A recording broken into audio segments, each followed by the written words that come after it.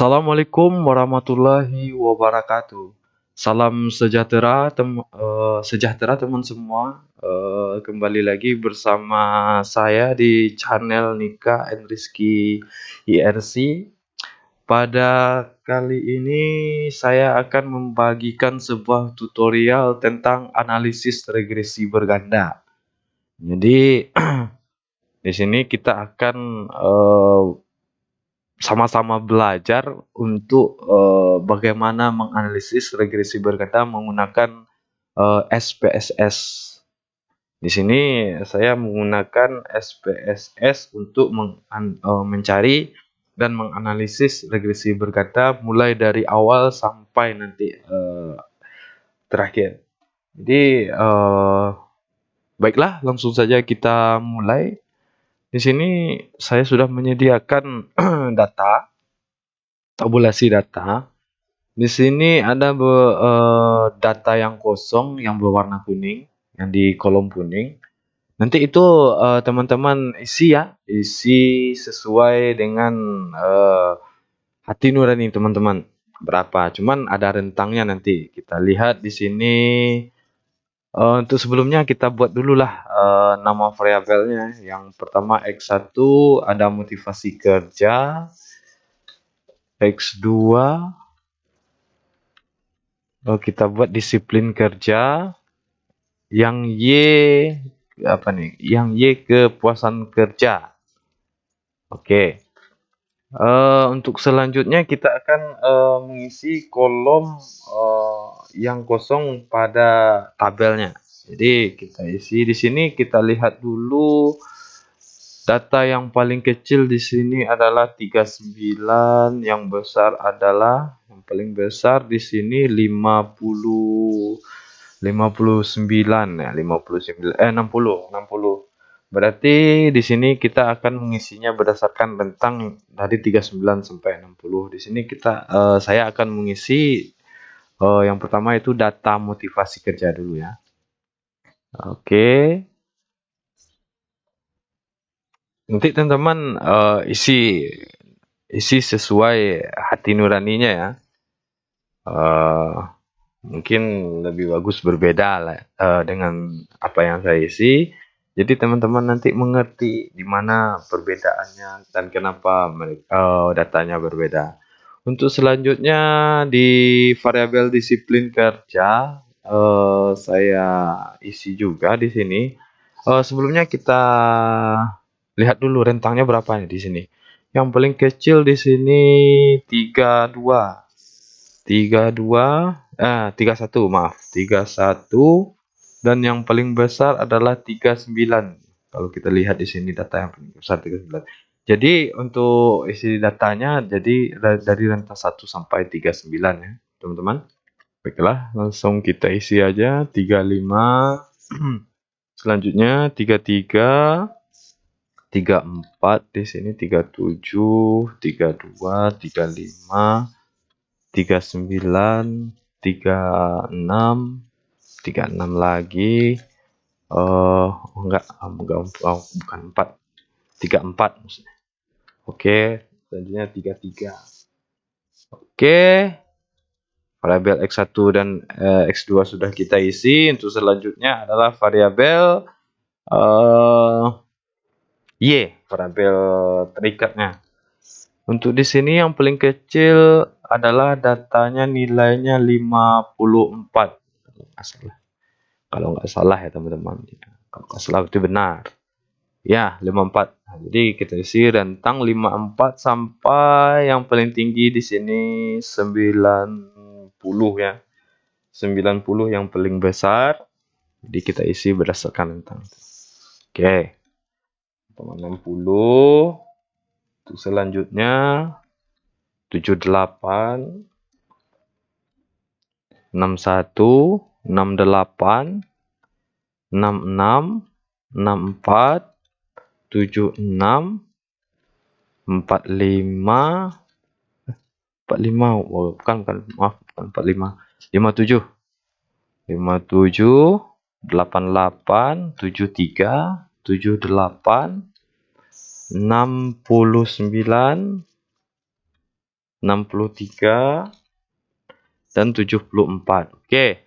Eh Setelah itu ini data sudah kita isi ya teman-teman. Setelah itu kita input datanya. Sebelum kita input ke SPSS, bagusnya kita input ke Excel, Microsoft Excel dulu biar mudah. Di sini ini sudah saya input di sini. Setelah teman-teman di sini maaf, saya hapus dulu. Di sini kita copy, Ctrl C, kita pastekan di sini, kita pastekan Ctrl V. Nah, bukan, ya, Ctrl V. Oke, sudah kita inputkan di sini. Baru sesudah itu kita copy data ini ke SPSS. Di sini saya sudah buka SPSS. Jadi sudah saya inputkan di sini. Nanti teman-teman edit di sini. Di sini ada variabel name. Ini nama variabelnya. Nanti teman-teman isi dengan X1, X2, dan Y. Karena variabel bebas variabel bebasnya hanya 2, berarti X1 dan X2. Dan variabel terikatnya cuma 1, yaitu Y. Setelah itu teman-teman mengisi label dari maksudnya di sini adalah nama variabelnya. Jadi X1 tadi apa, X2 tadi apa, Y tadi apa. Kalau di sini saya menggunakan X1 motivasi kerja, X2 disiplin kerja, dan Y-nya adalah kepuasan kerja.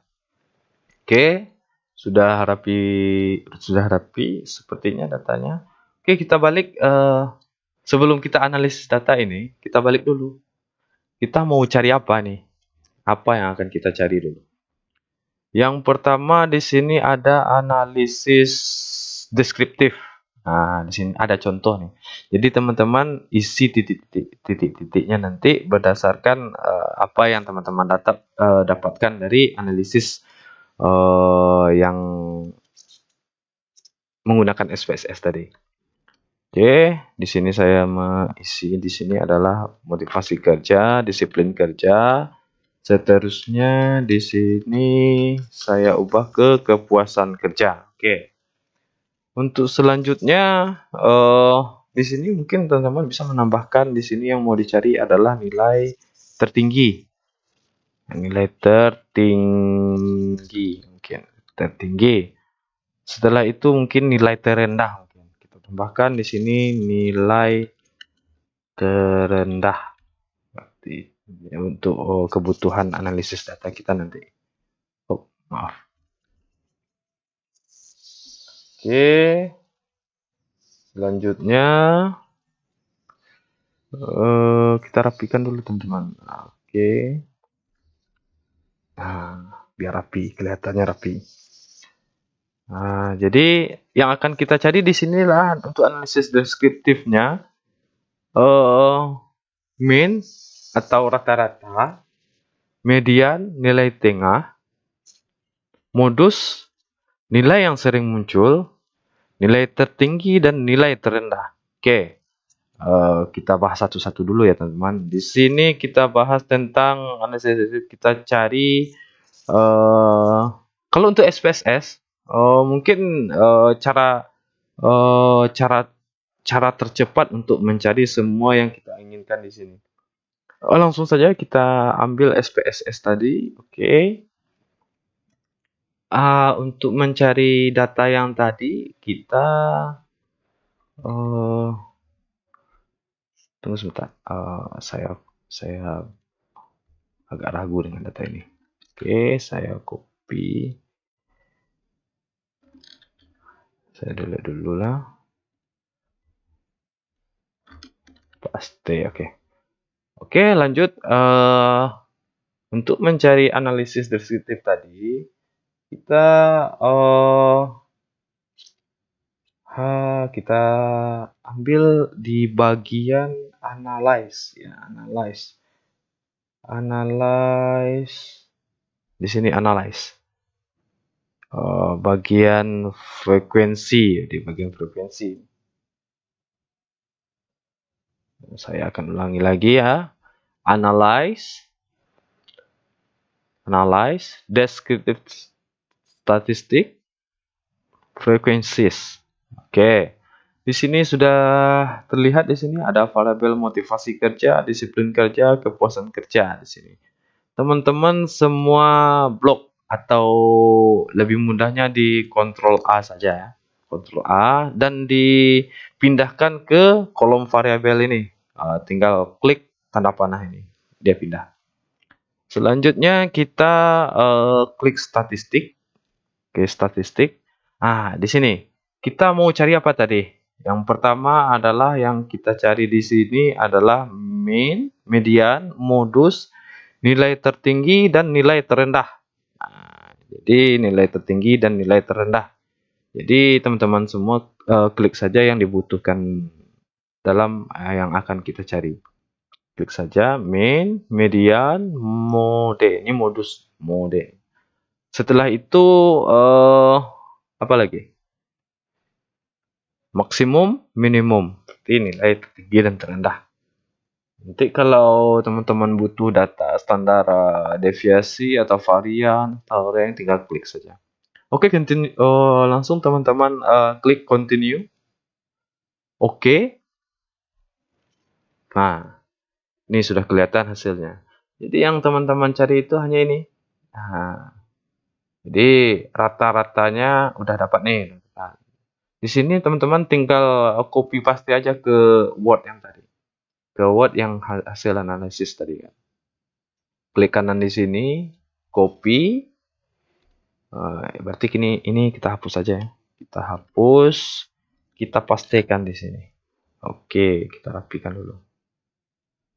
Biar rapi. Kita hapus. Ini kita hapus. Di sini sudah kelihatan. Kita perbesar dulu. Oke. Di sini ada nama variabel motivasi kerja, disiplin kerja, kepuasan kerja, dan ada nilai mean, median, modus, nilai terendah, dan nilai tertinggi. Oke. Nah, jadi di sini teman-teman tinggal analisis saja. Contohnya berdasarkan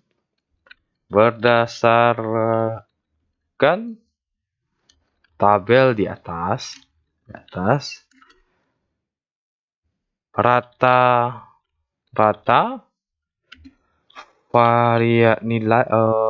nilai variabel motivasi kerja adalah sebesar.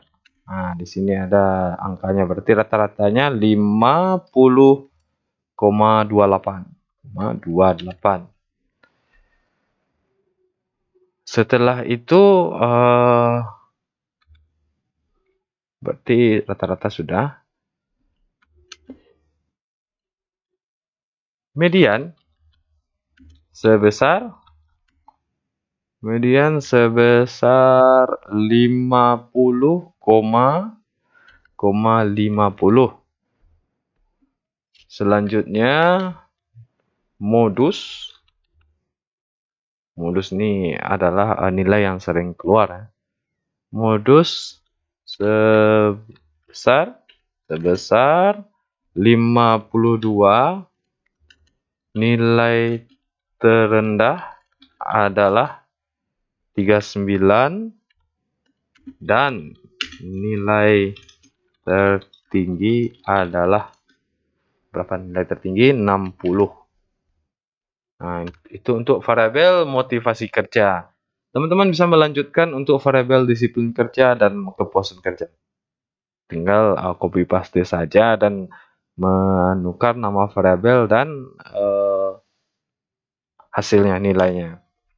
Oke, untuk analisis deskriptif hanya segitu. Kita masuk ke uji asumsi klasik.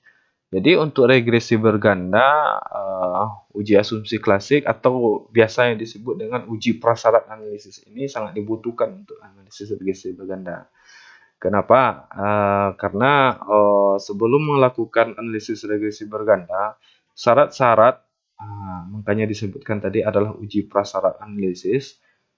Syarat-syarat untuk melakukan uji regresi berganda ini harus lolos uji prasyarat analisis nih. Di sini kita mungkin menggunakan data yang acak tadi ya, yang diisi sesuka hati saja. Jadi saya belum tahu nih,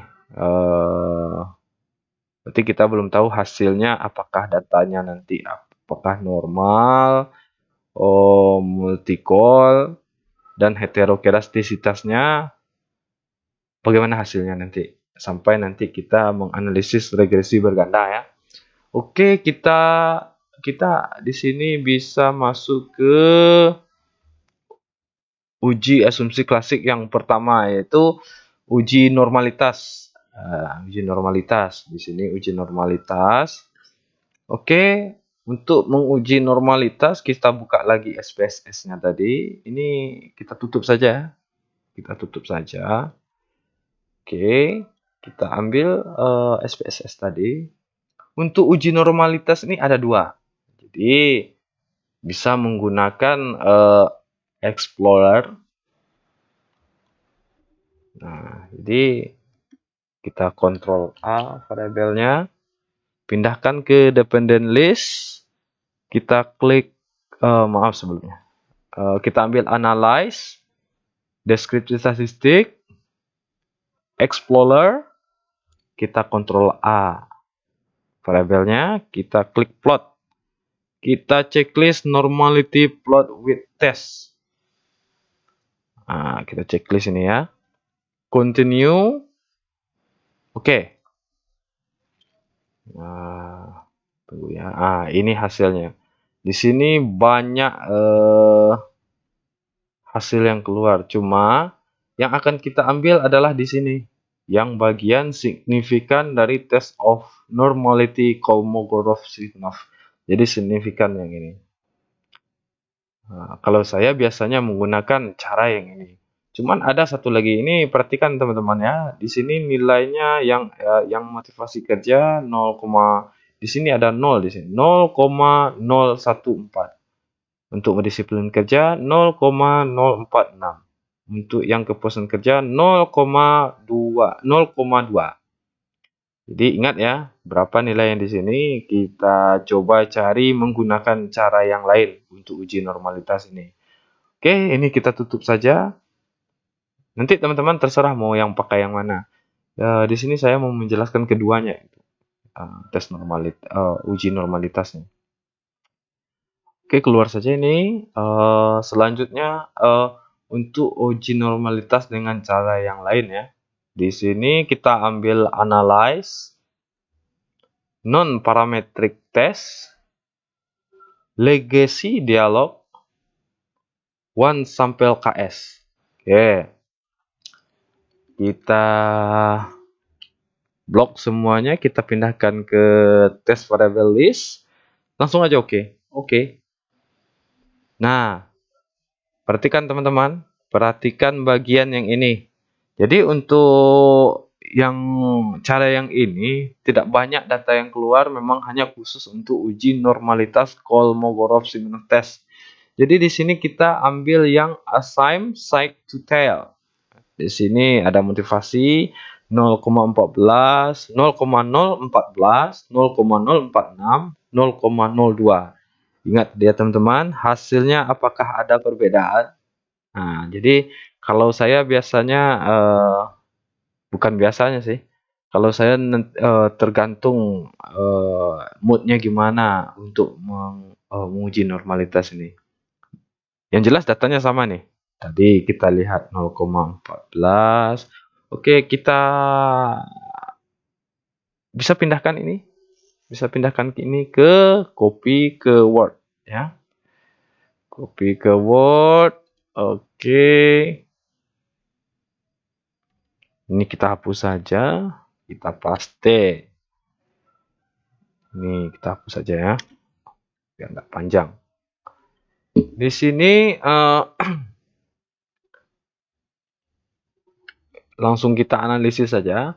Kalau di sini kata analisisnya, dari tabel di atas dapat diketahui bahwa nilai signifikasi lebih besar dari 0,05. Karena signifikasi lebih besar dari 0,5, maka masing-masing variabel tersebut telah berdistribusi normal. Itu kalau dia seperti ini. Ini kan kecil dari 0,05 antara motivasi kerja dan disiplin kerja.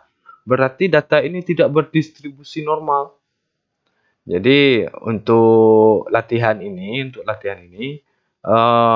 ya datanya hanya untuk sekadar latihan. Jadi apapun hasilnya tetap kita lanjut. Jadi pada intinya caranya yang perlu, cara bagaimana pengolahannya. Jadi bagaimana cara mengolah data pakai SPSS. Oke, lanjut. Di sini kita abaikan saja dari analisisnya. Kalau datanya normal, analisisnya ini. Jadi kita lanjut. Seandainya datanya tidak normal seperti ini, mungkin ada kesalahan dalam pengisian kuesioner. Jadi teman-teman semua mungkin bisa memperbaikinya dengan mengedit item pernyataan kuesioner atau menghapusnya dan melakukan penelitian ulang. Yang jelas untuk caranya uji normalitas sudah jelas ya, teman-teman. Kita masuk lagi ke uji multikolinearitas. Untuk uji multi ini mudah juga menggunakan SPSS. Kita langsung masuk saja ke SPSS. Ini kita keluarkan saja dulu. Setelah kita olah tadi, kita keluarkan saja. Kita ambil lagi data yang SPSS ini. Untuk uji multikolinearitas, jadi uji multikolinearitas ini fungsinya yaitu untuk menguji apakah model regresi ditemukan adanya korelasi di antara variabel bebas. Jika variabel bebas saling berkorelasi, maka variabel-variabel ini tidak ortogonal. Variabel ortogonal adalah variabel bebas yang nilai korelasinya antar sesama variabel bebas sama dengan 0. Untuk mendeteksinya, jadi kita gunakan model nanti ya, model regresinya nanti. Jadi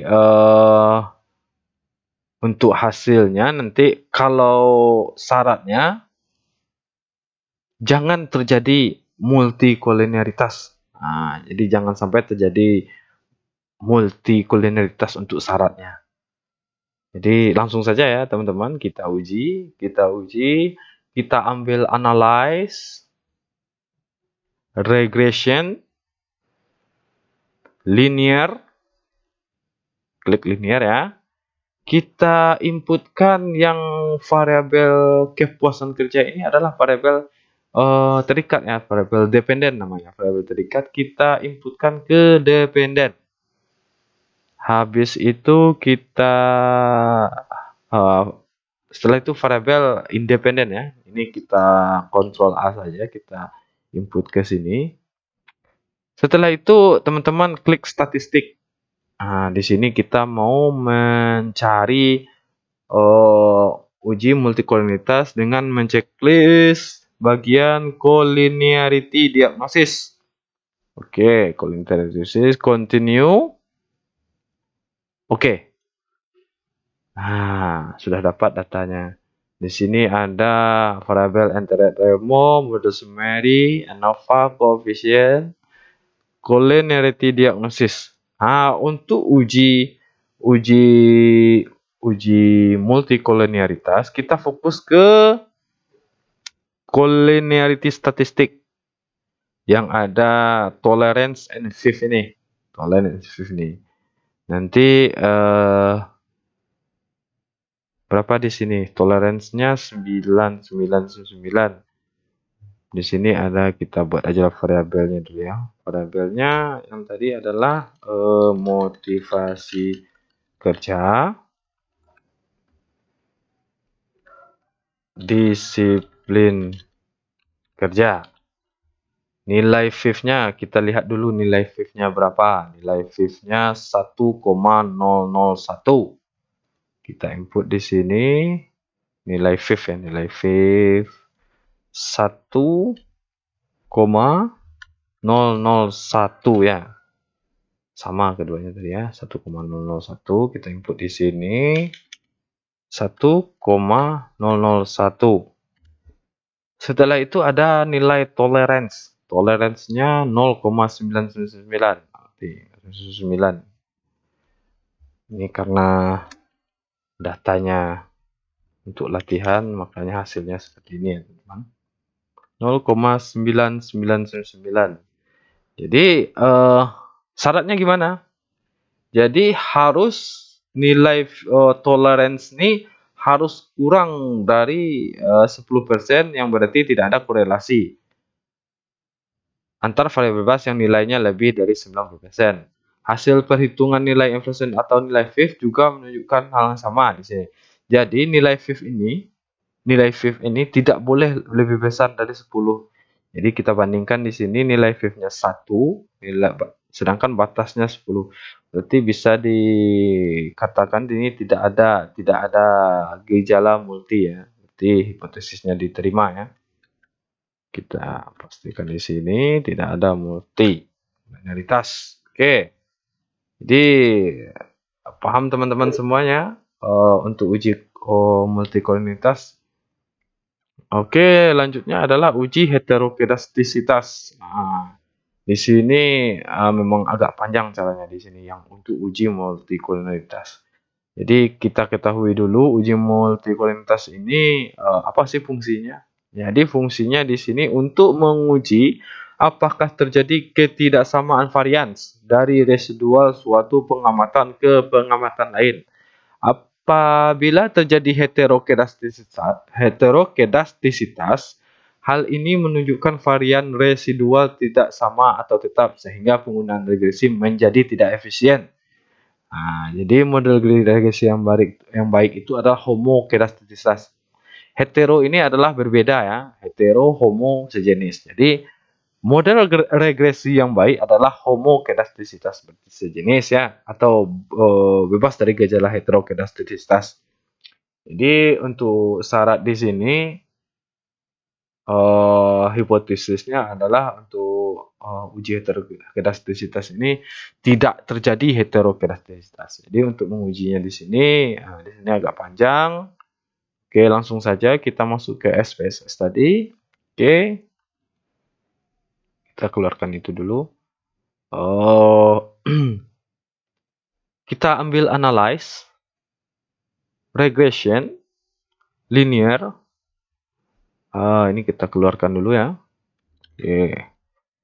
Seperti uji multikolinitas tadi, kita inputkan kepuasan kerja ke dependen dan motivasi kerja serta disiplin kerja ke independen. Kita unchecklist dulu statistik tadi ya. Yang ini unchecklist dulu, kita hapus dulu, continue. Setelah itu untuk uji heterokedastisitas kita ambil save. Kita checklist yang bagian residual unstandardized. Kita klik continue. Oke. Untuk hasil ini teman-teman abaikan saja, dikeluarkan saja ini, dikeluarkan ya.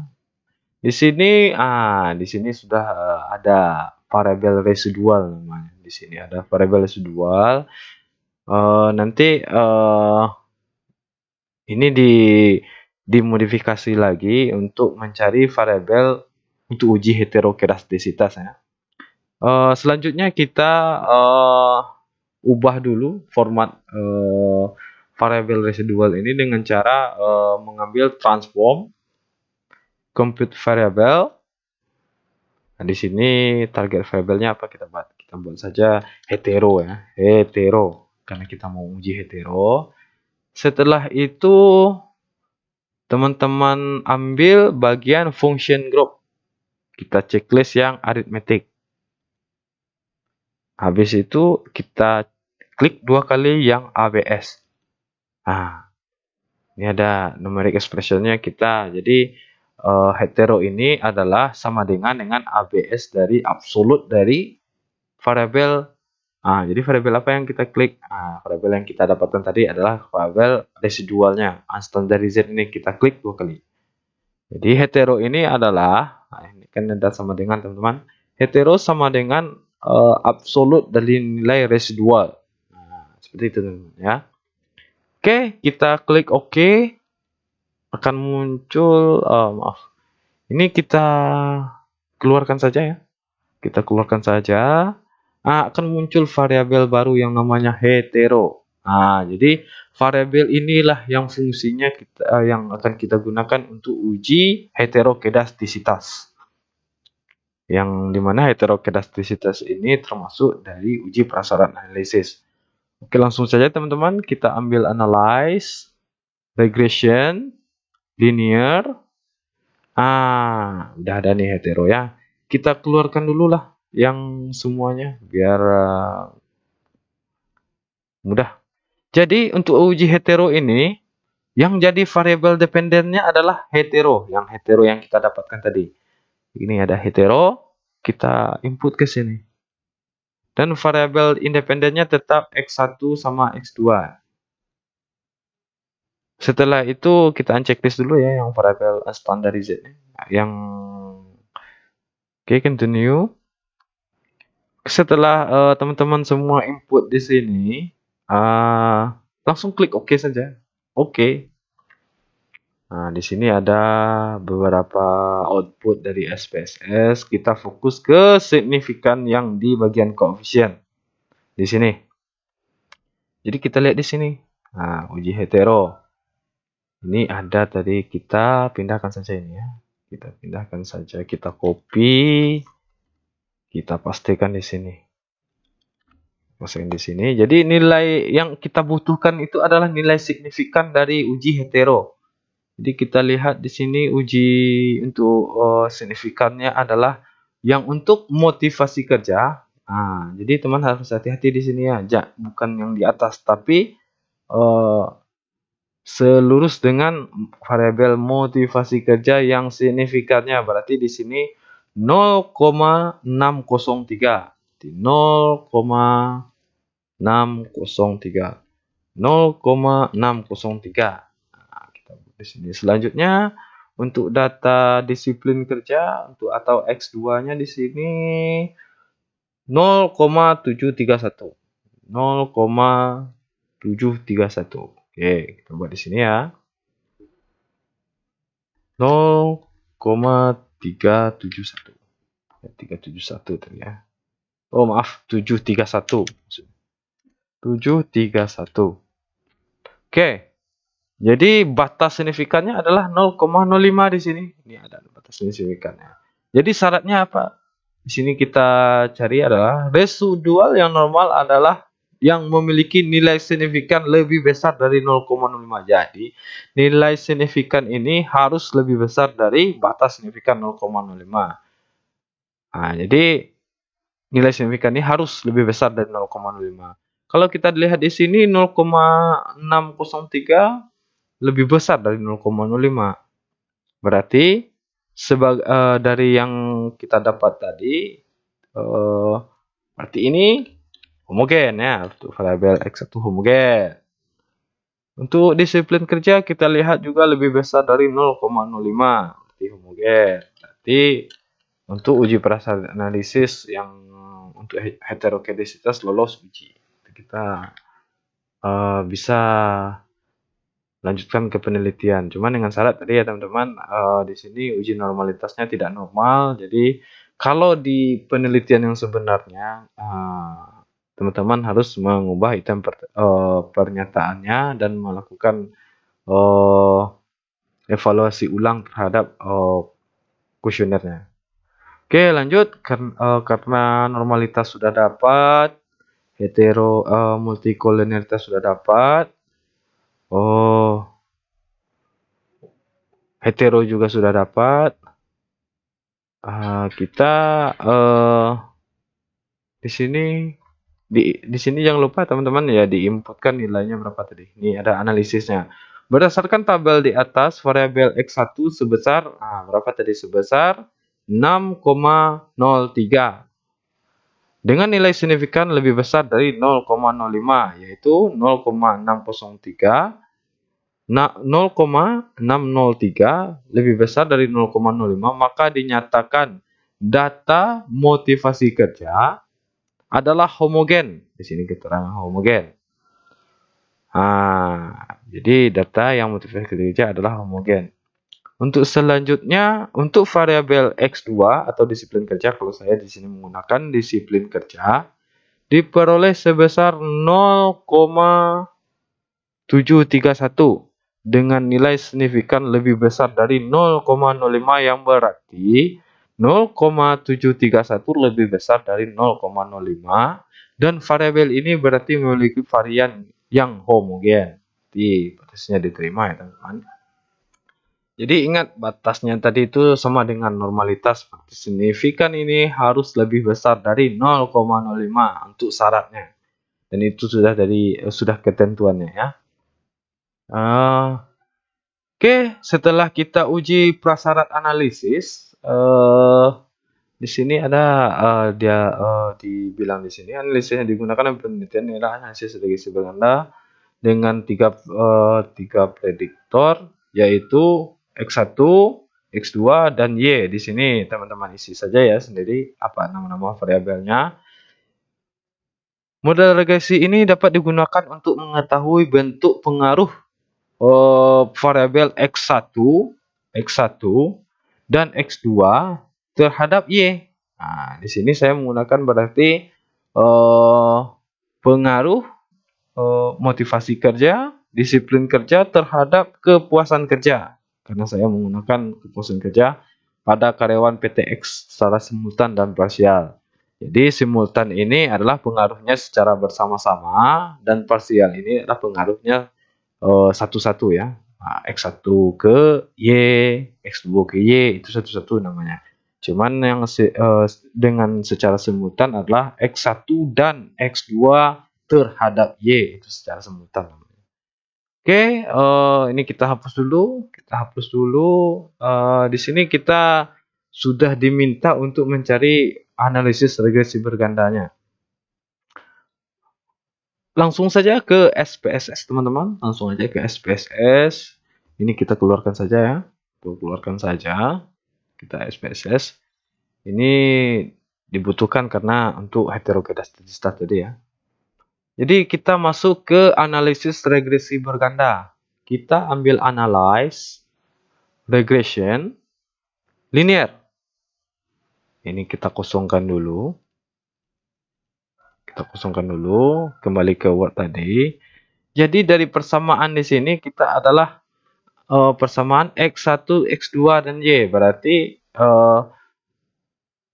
yang akan kita olah dengan SPSS adalah variabel X1, X2, dan Y. Nanti kita ambil di sini untuk variabel dependennya adalah kepuasan kerja. X1-nya untuk variabel bebasnya motivasi kerja dan disiplin kerja. Untuk apanya nggak usah teman-teman edit lagi, langsung saja oke. Di sini ada koefisien namanya, koefisien. Ini outputnya, output koefisien. Lebih mudahnya kita copy saja ini. Oke, kita pastikan di mana ya? Kita pastikan di sinilah. Kita pastikan di sini biar kelihatan nanti ya. Karena dibutuhkan untuk mengisi yang ini. Jadi ini sudah dapat hasilnya. Tabel kita baca keterangannya. Tabel di atas menunjukkan bahwa persamaan regresi berganda diperoleh hasil analisis sebagai berikut. Berarti Y ini sama dengan data ini yang akan kita masukkan adalah bagian yang ini teman-teman ya. Bagian yang B ini. Unstandarized B ini. Yang kolom B ini. Ini konstannya. Konstan. Ini variabel untuk persamaannya kita buat di sini dulu. Y itu sama dengan A kecil tambah B1 X1 tambah B2 X2. Jadi B ini adalah nilai koefisiennya ya. Untuk yang A ini adalah nilai konstannya, nilai konstan. Jadi dapat dilihat di sini apa yang kita butuhkan adalah nilai konstan. Nilai konstannya berapa? Konstantanya dapat dilihat di bagian ini. Berarti 21,4541 ya. 21,541. Kita pastikan di sini untuk koefisien X1-nya adalah 0,051. Selanjutnya untuk disiplin kerja adalah 1,301.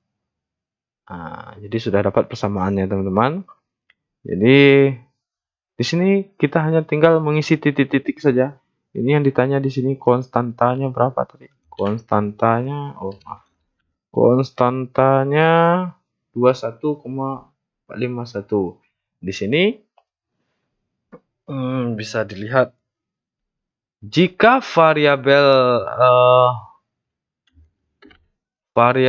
X1 dan X2 dianggap konstan, maka rata-rata kepuasan kerja atau variabel Y-nya sebesar, teman-teman isikan saja ini, sebesar ini. Oke, maaf. Oke. Sebesar 21,541. Jika variabel X1 dan X2-nya dianggap konstan, maka rata-rata variabel kepuasan kerja adalah sebesar ini. Jika nilai X1 ini dan X2 ini konstan, ya. Selanjutnya kita masuk ke koefisien regresi X1. Untuk koefisien regresi X1 ini kita masukkan nilai yang 0,051 di sini. Jadi nilainya ini kita input di sini. Oke, kita analisis ya. Dari perhitungan regresi berganda, diperoleh nilai koefisien B1 adalah 0,051. Hal ini berarti jika variabel X1 ini variabel X1, jangan lupa teman-teman ya, nanti meragukan, X1 mengalami peningkatan sebesar 1 satuan, sementara variabel X2, X2-nya dianggap konstan atau dianggap tetap, maka menyebabkan kenaikan kepuasan kerja yang Y-nya sebesar 0,051. Jadi begitu hasil analisisnya.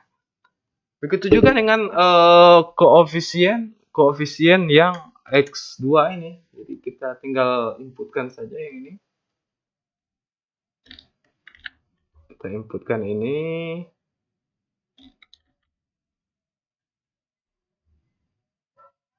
Langsung kita analisis. Dari perhitungan regresi berganda diperoleh nilai koefisien adalah ini. Hal ini berarti jika variabel X2, di sini kita balik ya teman-teman. Jika variabel X2 mengalami peningkatan sebesar 1 poin, sementara variabel X1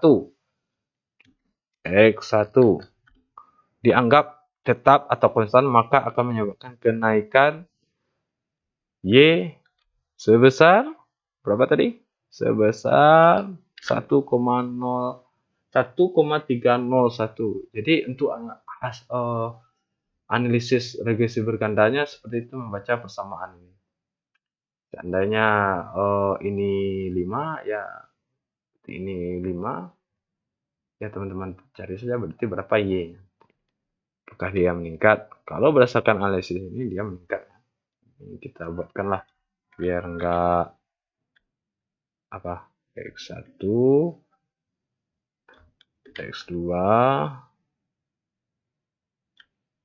Y. Ragu teman-teman. Oke, untuk analisis regresi bergandanya sudah selesai. Kita masuk ke uji hipotesis. Untuk uji hipotesis pertama adalah uji simultan atau uji F. Di sini uji F digunakan untuk mengetahui apakah variabel independen, X1 untuk variabel independen tadi ada X1 dan X2, secara simultan atau secara bersama-sama berpengaruh signifikan terhadap variabel dependen atau variabel bebas. Di sini kita menggunakan variabel bebasnya adalah kepuasan kerja. Derajat kepercayaan yang digunakan adalah 0,05 apabila nilai F hasil perhitungan lebih besar daripada F tabel, maka hipotesis alternatif yang menyatakan bahwa semua variabel independennya secara simultan berpengaruh signifikan terhadap variabel independen. Jadi kita baca ya. Untuk hasil analisis uji simultan tadi kita ambil saja di uji analisis ganda tadi ada di sini ada namanya uji ANOVA yang ANOVA kita copy saja ini. Copy. Nah, udah kita dapat. Di sini kita fokus ke uji F. Uji F. Ini namanya F hitung dan ini signifikannya. Signifikannya perlu kecil ya. Kita ambil besar dulu. Berarti signifikannya kita dapat 0,63. 0,063. Langsung saja kita analisis ya teman-teman. Pada data model summary, jadi maaf, berarti data model summary juga kita copy. Model summary ini kita copy, kita pindahkan ke bagian atas ini saja. Oke, biar satu tabel lah kita pindahkan. Oke.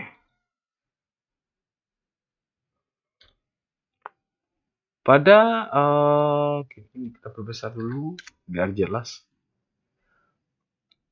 Pada tabel model summary dapat kita lihat kolom R square. Kolom R square di sini berarti 0,121. Hal ini berarti secara simultan kontribusi variabel X1 dan X2 memiliki kontribusi terhadap variabel Y. Nanti teman-teman isi ya. Isi nama variabelnya ini. Pada karyawan PT X sebesar 0,121. Kalau dijadikan persen adalah 12,1. Berarti 12,1%. Total pengaruhnya secara besar pengaruhnya terhadap variabel Y. Secara simultan. Yang berarti sisanya berapa? Berarti sisanya tuh ya 100 dikurang 12,1. Nah, berapa tuh teman-teman? 88. Oh, maaf, bukan 87,9 ya. 87,9 dipengaruhi oleh variabel lain di luar variabel X1 dan X2 ini. Oke. Untuk selanjutnya adalah uji F. Dari hasil ANOVA, tabel ANOVA di sini. Untuk tabel ANOVA diperoleh nilai F hitung sebesar 2,9. Nah, ini diisi ya. 2,958. Dengan probabilitas signifikan, berapa signifikannya? 0,63. Nilai F hitung, jadi nilai F hitung ini kita bandingkan nanti dengan F tabel. Oke, kita pindahkan di sini. Untuk mencari F tabel, kita ambil Excel saja. Di sini rumusnya adalah sama dengan pin F ini ya. Probability-nya 0,05. Degree freedom-nya bisa kita lihat di bagian yang ini degree freedom-nya, DF-nya berarti DF2 dan 43 di bagian yang ini. DF-nya 2 dan 43 ya. 2, 43. Berarti berapa F tabel? 3,214. Oke, kita pindahkan di sini. 3,214. Nilai F hitung lebih bukan. Nah, berarti di sini lebih kecil. Lebih kecil dari nilai F tabel. Dan nilai signifikan lebih besar dari 0,05 ya. 0,63 ini lebih besar. Nah, berarti di sini maaf. 0,063 lebih besar. Lebih besar, maka H1 ditolak di sini. H1-nya ditolak. Berarti secara bersama-sama dan secara simultan, variabel X1 ini dan X2 berpengaruh tidak signifikan. Tidak signifikan terhadap variabel Y. Y ya. Variabel Y pada karyawan PTX. Jadi segitu hasilnya ya teman-teman. Untuk selanjutnya kita analisis uji T atau uji parsial. Jadi uji T atau uji parsial ini digunakan untuk mengetahui apakah variabel independen secara parsial, seperti yang satu-satu tadi ya, berpengaruh nyata terhadap variabel dependennya. Langsung saja kita ambil saja di sini berdasarkan yang hasil SPSS yang tadi dari kita ambil koefisien, kita copy, kita hapus saja dulu yang ini. Oke. Di sini ada hasil uji T-nya. Jadi teman-teman tinggal lihat saja. Pada tabel ini, variabel X1 diperoleh nilai T-nya yang ini ya teman-teman. Yang ini nilai T-nya 0,227 dengan signifikan sebesar 0,821, di mana 0,821 ini lebih besar dari 0,05 sehingga H0 diterima jadinya, diterima,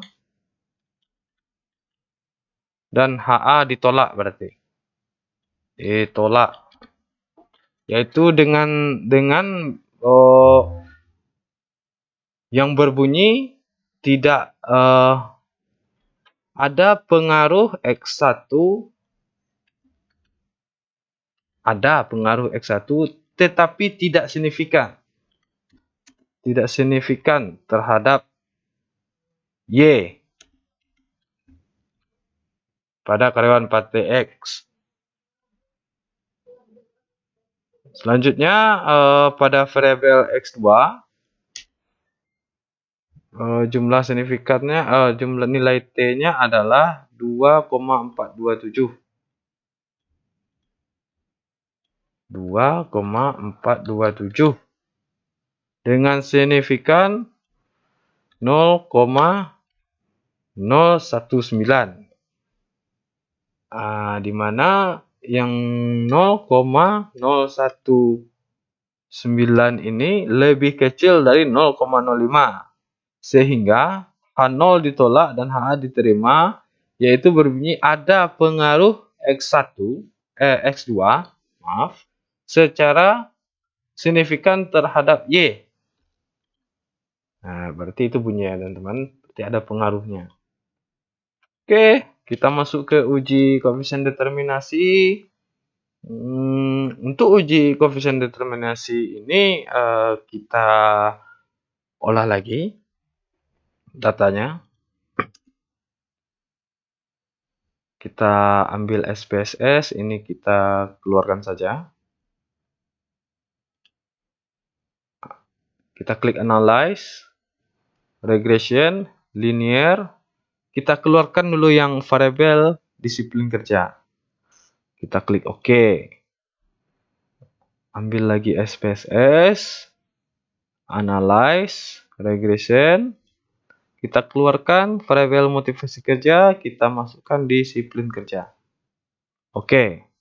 Di sini ada data yang X1 kita ambil di R square ini ya, R square. Di sini ya R square. Ini tidak usah dihapus saja. Ini motivasi kerja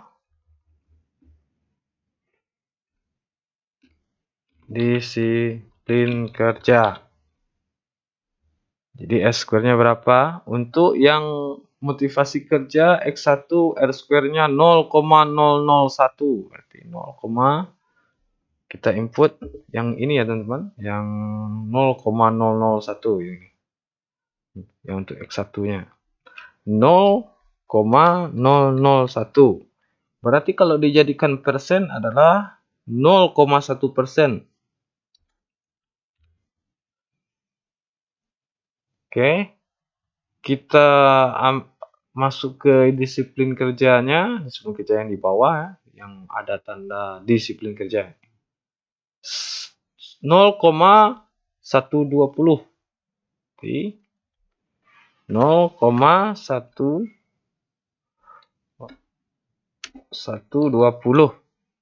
Kalau jadikan persen ini adalah 12%. Jadi sudah kita dapat berdasarkan tabel di atas dapat nilai R square X1 sebesar 0,001. Hal ini berarti besar kontribusi X1 terhadap Y adalah 0,001. 0,01 atau 0,1%. Nah, jadi segitu ya teman-teman. Selanjutnya untuk variabel X2 atau disiplin kerja, kalau di sini diperoleh R square sebesar 0,120. Hal ini berarti kontribusi antara variabel disiplin kerja atau X2 terhadap Y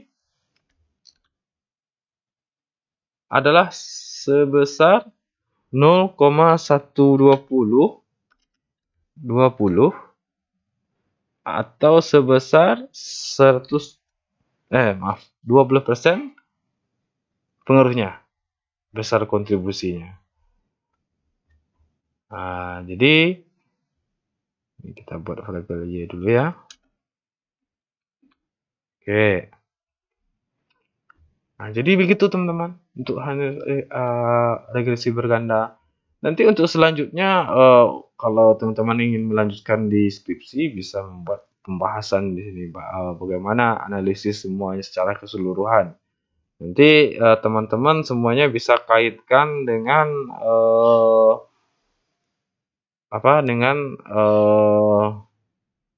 teori-teori yang teman-teman gunakan. Jadi cukup mudah untuk mengolah data dengan SPSS ini. Berbeda dengan cara manual. Cara manual mungkin teman-teman agak kesusahan. Cuman kalau untuk penelitian kuantitatif seperti ini, ya dipermudah dengan adanya aplikasi SPSS untuk pengolahan data. Oke teman-teman, mungkin untuk tutorialnya pengolahan analisis regresi berganda pada kali ini sekian dulu. Kalau ada pertanyaan silahkan dibuat di kolom komentar. Nanti insya Allah saya bantu untuk menjelaskannya. Saya sudahi. Assalamualaikum warahmatullahi wabarakatuh.